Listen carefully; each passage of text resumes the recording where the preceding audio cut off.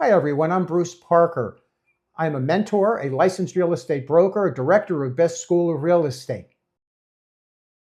Appraiser, you're or a real estate agent doing a market analysis, you're going to keep all of this stuff in your mind. Now, where are you going to find all this stuff? Plenty of sources.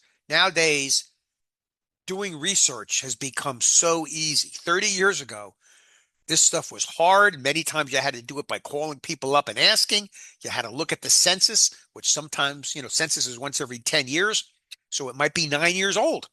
So much easier nowadays. All right, so we're going to pretend we're an appraiser. What is the appraisal process? Step one is define the problem. Why are you doing the appraisal? Are you doing it to see if the loan to value ratio is sufficient? Are you doing it to see what it's worth now for tax purposes?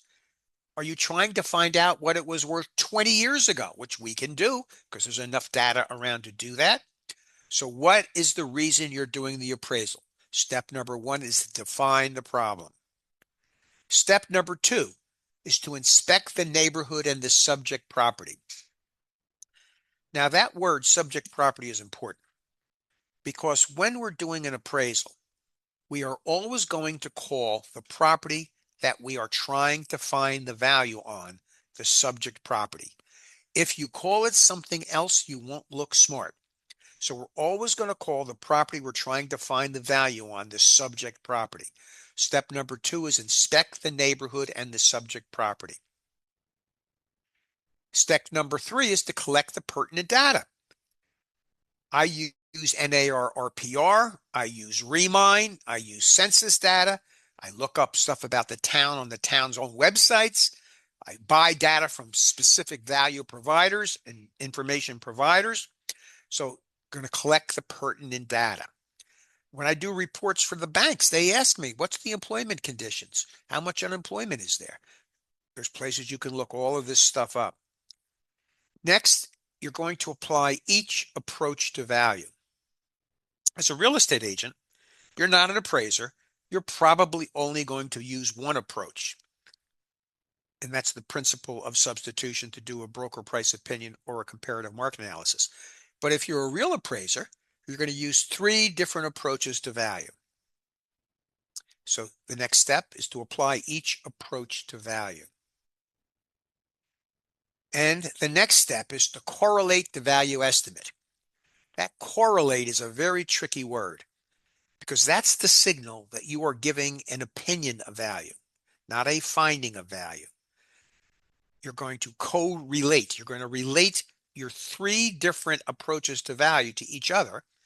And in your opinion, state which one has the highest amount of authority that you want to use and what percentage of the value that you come up with are you going to attribute to that most authoritative method. And if you're a real estate salesperson, you're going to always be using the comparable sales method for the most part. But as an appraiser, you're going to use all three. And the last thing you're going to do is you're going to prepare an appraisal report. So you're going to give your opinion of value and then you're going to put something in writing to substantiate how you came up with that opinion of value. So that is the appraisal process. That's what a real appraiser does. So what are the three approaches to value that the real appraiser has to use? First one is the sales comparison approach. And that's the one that you're probably going to use as a real estate salesperson, using the principle of substitution. The second one is the income approach. That's where you're going to value a property based on its net income. And we use that quite often when we're doing like an apartment building. And third is going to be the cost approach. That's where you're going to find out what the land costs and then what it costs to build the building that's there, and then subtract what's wrong with the building that's there now. So those are the three approaches to value. The sales comparison approach, that's what you'll be using most often as a real estate agent. The income approach and the cost approach. And each of these different types of value has a more significant impact on a specific type of property. Sales comparison approach, great for houses in a development, condos in a condo townhouse, co-ops. It uses the principle of substitution. Your house is only worth what another one could be substituted in its place for. You need to have similar location, similar time, similar utility, similar amenities in order to make your comparable equal to your subject. You notice I said make your comparable equal to your subject, because we're going to find out in a minute that you only make adjustments to the comparable, never to the subject. And this is best used for homes and developments, condos, co-ops, etc., the sales comparison approach. And as a real estate salesperson, you'll probably be doing regular homes. You can do commercial if you want. You can do land if you want. But more than likely, when you first start out, you're going to be doing regular homes, and you'll probably use this method to come up with what is the value of property. We have 3 rules for this sales comparison approach.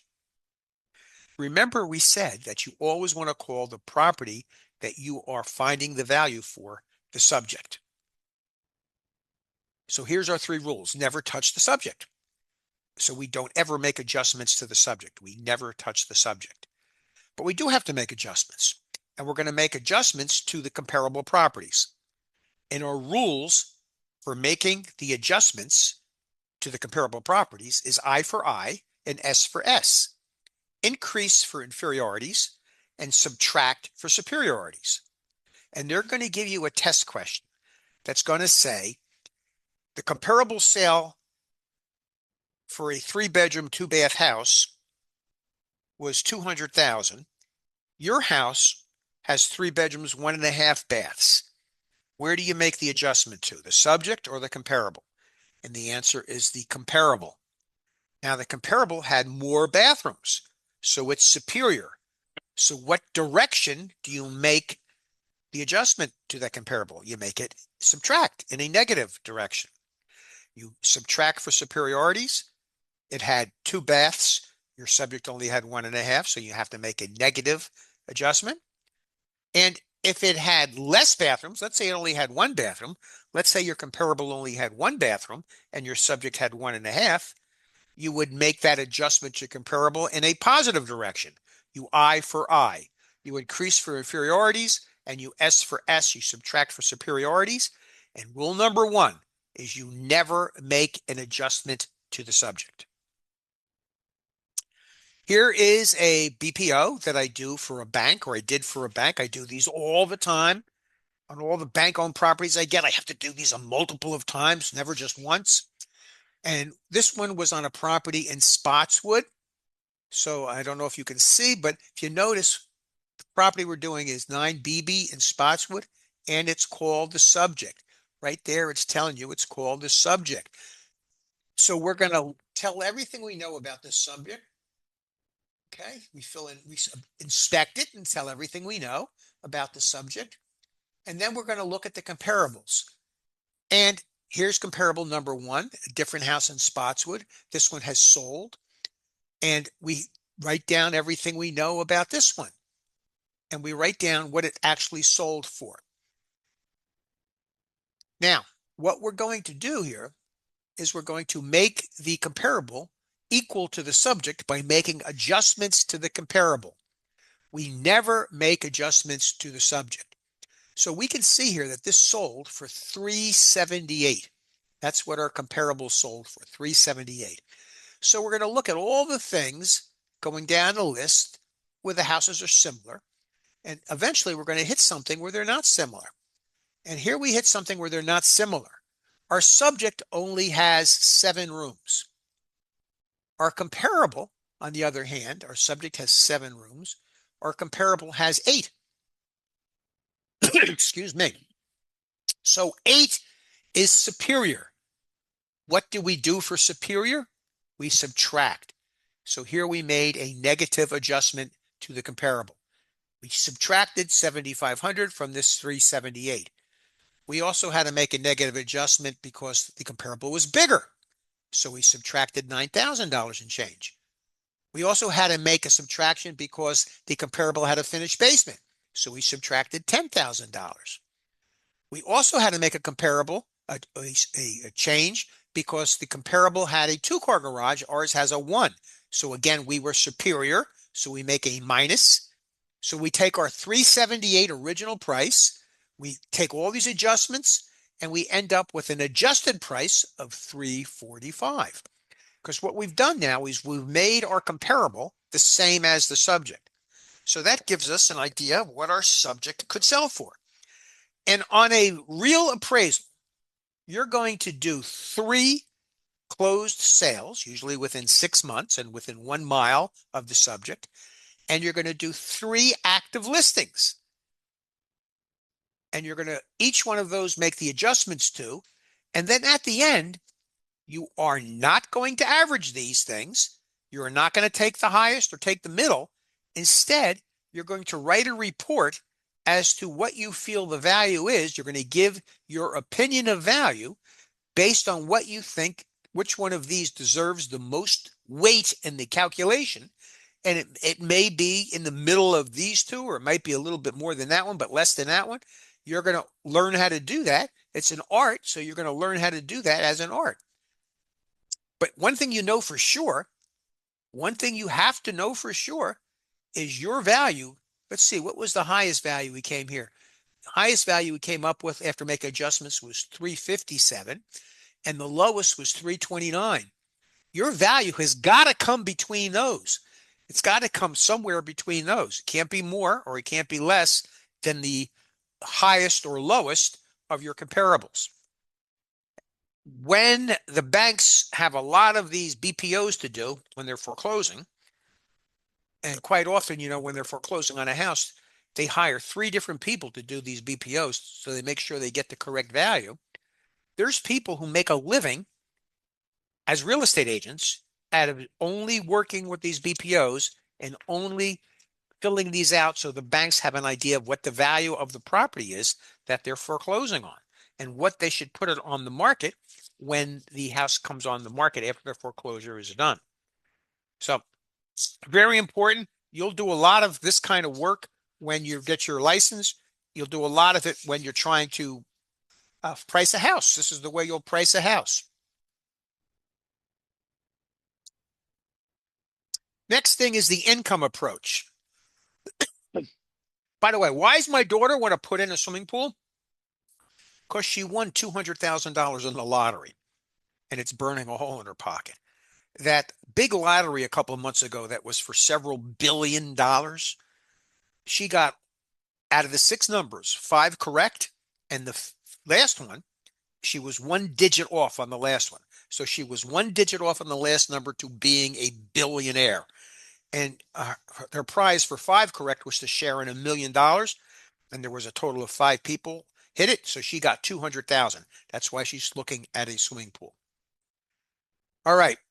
Now, the reason I'm bringing up the lottery is if you were to win $1 billion in the lottery, they ask you, do you want the annuitized amount or do you want cash? If you take the cash, and let's use $1 million because it makes my math easier. If you won $1 million in the New Jersey lottery, what you get is $50,000 a year for 20 years. $50,000 a year for 20 years. When you add that all up together, it's $1 million. If you take the cash, you only get about $500,000.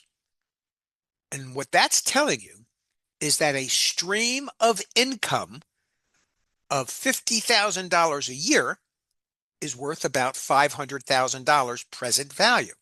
So if you have a house that has a stream of income of some amount of money, that determines what the value is.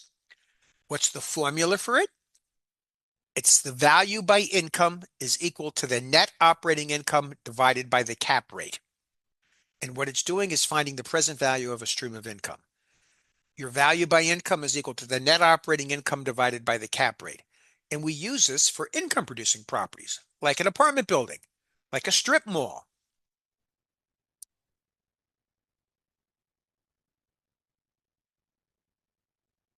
So what's the NOI? Because it's NOI divided by cap rate.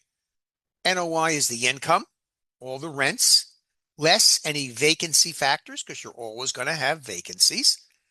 less any expenses like utilities or insurance, but you do not use debt service. You do not use debt service. And the reason you don't use debt service is, think about this for a minute. I've got a Ford F-250 truck that I bought in December. It cost me $50,000. Now, I only put $10,000 down on it. So does the fact that I owe $40,000 still, does that affect the value if I want to sell it to somebody? No. It's only worth what it's worth to the other people. How much I owe on it doesn't matter. So when you're using value by income, how much the person owes on the house doesn't matter to what the value of the house is. NOI, again, is the income, less vacancy factors, less expenses like insurance, like utilities, like management fees, but you do not use debt service. And you can count on the fact that they are going to put debt service info in the question to tempt you to use debt service. But just remember, my truck is only worth $40,000. Doesn't matter how much I owe on it. It's only worth what it's really worth. Thanks for watching. Make sure to like, share, and subscribe. And don't forget to hit the bell icon so you can get notified of what's new.